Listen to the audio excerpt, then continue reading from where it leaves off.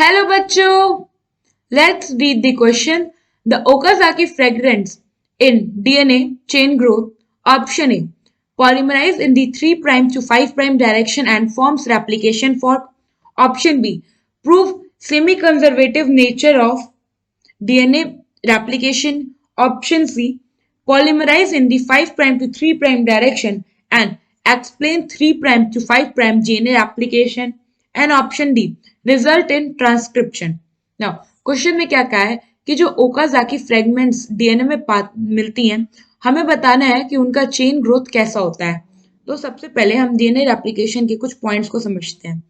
पहला पॉइंट ये कि डीएनए रेप्लिकेशन में जो डीएनए पॉलीमराइजेशन होता है ये 5' टू 3' डायरेक्शन में होता है।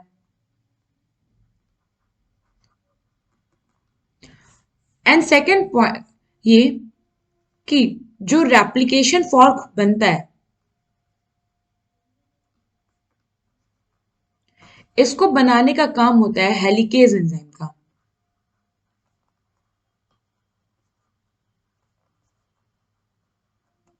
नाउ अब देखते हैं, सपोज ये हमारा एक डबल स्टैंडर्ड डीएनए है जिसको ऑलरेडी हेलिकेज एंजाइम ने अनवाइंड कर दिया है। ये हो गया हमारा 3' एंड, ये हो गया हमारा 5' एंड, ये हो गया 5' एंड और ये हो गया 3' एंड। नाउ अभी हमने देखा कि डीएनए पॉलीमराइजेशन 5' से 3' डायरेक्शन में होता है। तो जब भी डीएनए पॉलीमराइजेशन होगा सबसे पहले एक आरएनए प्राइमर जो होता है वो 3' एंड पे आके लग जाता है। उसके बाद ये आरएनए प्राइमर क्या करता है, डीएनए पॉलीमरेज एंजाइम को लगाया और उसको एक्टिवेट कर दिया। तो यहाँ बना 5' एंड और ये हो गई चेन की ग्रुप, ये हो गया 3' में। नाउ ये जो हमारा स्ट्रैंड है आप देखोगे यहाँ पे 3' था और इसका जो कॉम्प्लीमेंट्री बना वो है 5'। सेम यहाँ भी एंड पे पेरेंट का 5' एंड है, कॉम्प्लीमेंट्री का 3' है। तो ये तो एक कंप्लीट डॉटेड स्ट्रैंड बन गई।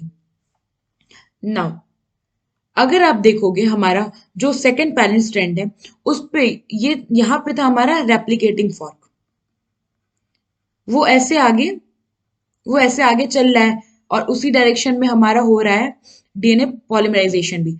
बट यहाँ पे अगर आप देखो तो अगर यहाँ पे प्राइमर लगेगा तो यहाँ 5' में यहाँ भी सामने 5' आ जाएगा। तो ये क्या होगा, ये डीनेचर हो जाएगा, ये एक्टिव तो होगा नहीं। तो इस केस में क्या होता है, एक स्ट्रैंड के केस में जो हमारा आरएनए प्राइमर होता है वो कुछ डिस्टेंस पे जाके सपोज यहाँ पे गया, यहाँ पे लग गया, उसके बाद उसने क्या किया, यहाँ पे डीएनए पॉलीमरेज को लगाया, 5' एंड बनाया और ऐसे ही कंप्लीट कर दी पॉलीमराइजेशन यहाँ तक और एक 3' एंड बना दिया। तो आप देखोगे यहाँ पे ये जो हमारा पेरेंट स्ट्रैंड था इसका एक थोड़ा सा पोर्शन कॉम्प्लीमेंट्री बना है।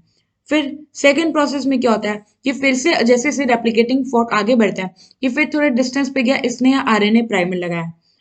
आरएनए प्राइमर क्या करेगा, यहाँ पे आके डीएनए पॉलीमरेज को एक्टिव कर देगा, फिर 5' एंड बना, फिर ये आगे जाएगा और ये यहाँ पे होगा 3' एंड। सो इस तरह ये छोटे छोटे पार्ट्स में जो हमारा डीएनए का कॉम्प्लीमेंट्री फ्रेगमेंट बनता है इसी को हम बोलते हैं ओकाजाकी फ्रेगमेंट्स।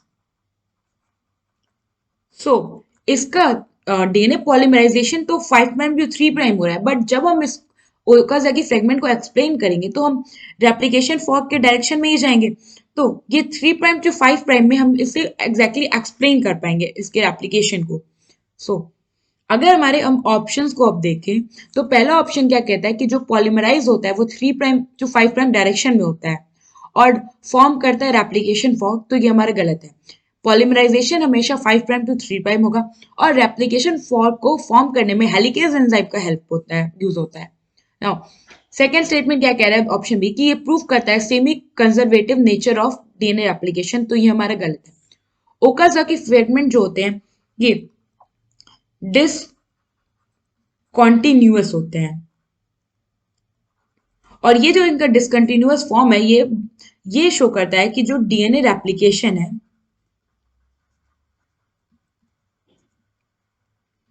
वो सेमी डिसकंटिन्यूअस नेचर का है।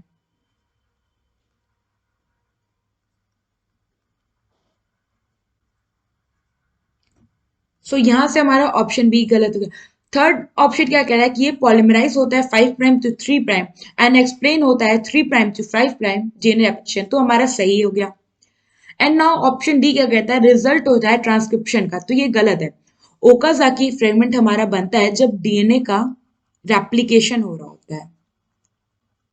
So as per the question में था कि ओकाजाकी फ्रेगमेंट की ग्रोथ कैसी होती है, हमारा ऑप्शन सी यहाँ पे करेक्ट ऑप्शन है।